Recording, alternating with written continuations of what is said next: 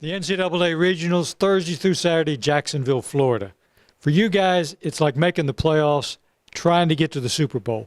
What's your mindset going in? I think you want to go all the way, shall we say, to the Super Bowl. Yeah, well, with only 3 throws, I think you got to put everything into those only 3 that you have. So, yeah, you got to do what you got to do, I guess. When you started back in August, working your way toward the whole this time of year, what preparations do you make? Like I say, I think your work ethic is different than most. Am I wrong? Yeah, well, no, you're not wrong. But I was agreeing with the fact that it is a little bit different. Last year when I got to this point, I think I wasn't as mentally strong as I am now.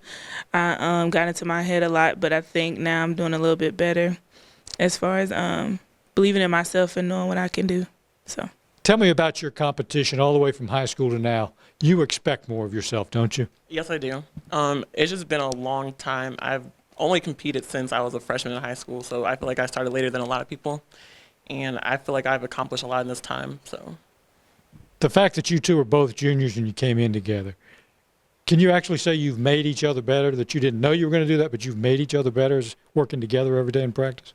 I think so, yeah. We both have different techniques as far as like our success has come along. But I think we do, it's friendly competition, but I think every team has that. Does LaPortia keep you looser, or does she motivate you? How do you enjoy having her around? she motivates me. She's a hard worker, so I feel like if I can follow in her footsteps, I feel like I can accomplish a lot. You both not only made the NCAAs in one, you made it in two events. But they're all different, and there's techniques involved in each event that you're doing. But basically, you're throwing an object, the equivalent of a punter standing in his end zone, kicking the ball beyond the 50-yard line to the 40-yard line, like a 60-yard punt. But you're in a 7-foot circle before you throw it. Give me a little bit, the average person. What goes in? What do you have to do between your spinning, your momentum? How do you get that object to go as far as it goes? I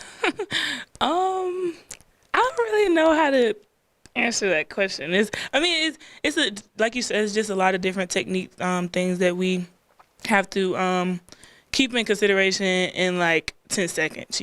It's a lot we have to pack in. A lot of people really don't know what it all takes to be a successful thrower, and technique is one of the big things that we work a lot on. So yeah, it's a lot. What's the one thing then of a hammer and one thing of a shot that you have to do that you're in your mind? I've got to get my hip, my foot, my shoulder. What is the one key?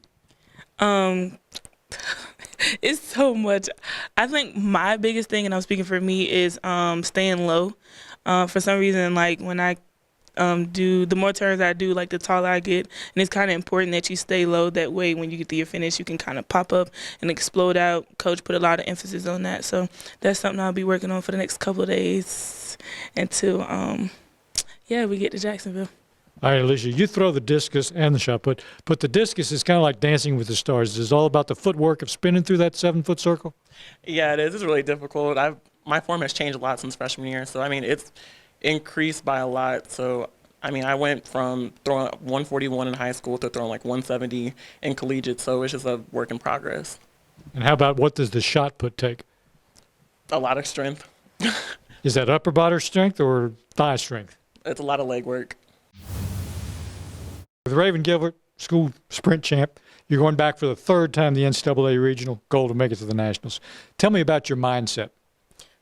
This time, since it's my third time, I'm going in with the mindset of being fast out the blocks, drive, which means being low for the first 30 meters, and just being quick off the ground. That's my biggest thing. So this year I'm just coming with a different mindset, and hopefully I'll be. A lot of times in 100 meters, people say, well, how hard is that per se? But in reality, you are .001 from an all-time school record. That's a minuscule of a minuscule part. What exactly goes into that extra 1,000th of a second? It could be anything. It could be from your blocks to how you get quick off the ground to how you end. It just can be anything. So right now, I just have to focus on the right race and having to be just fast off the ground. So I feel like that's why I'm so close, but yet so off from the school record. Sprinting is a little different, too, in the sense that you don't run against everybody, but you're competing against it. Explain the process of 48 going by 12. Well, there's 2 rounds in NCAA regionals, and the first round is 48 opponents, and then the second round it goes to 24, and then from there they take the top 12 times to go to nationals. So, But you're running one time against 47 other people theoretically? yes. So, I mean, you just have to go the first time. Can't wait till the second round, the third round, so you just have to go the first round. Is one of your, quote, secrets getting out of the blocks quicker or the lean at the finish? Actually, it's being quick off the ground, because that's my biggest downfall because of my height. So I just have to be quick off the ground this time and just make sure I just become successful at the race.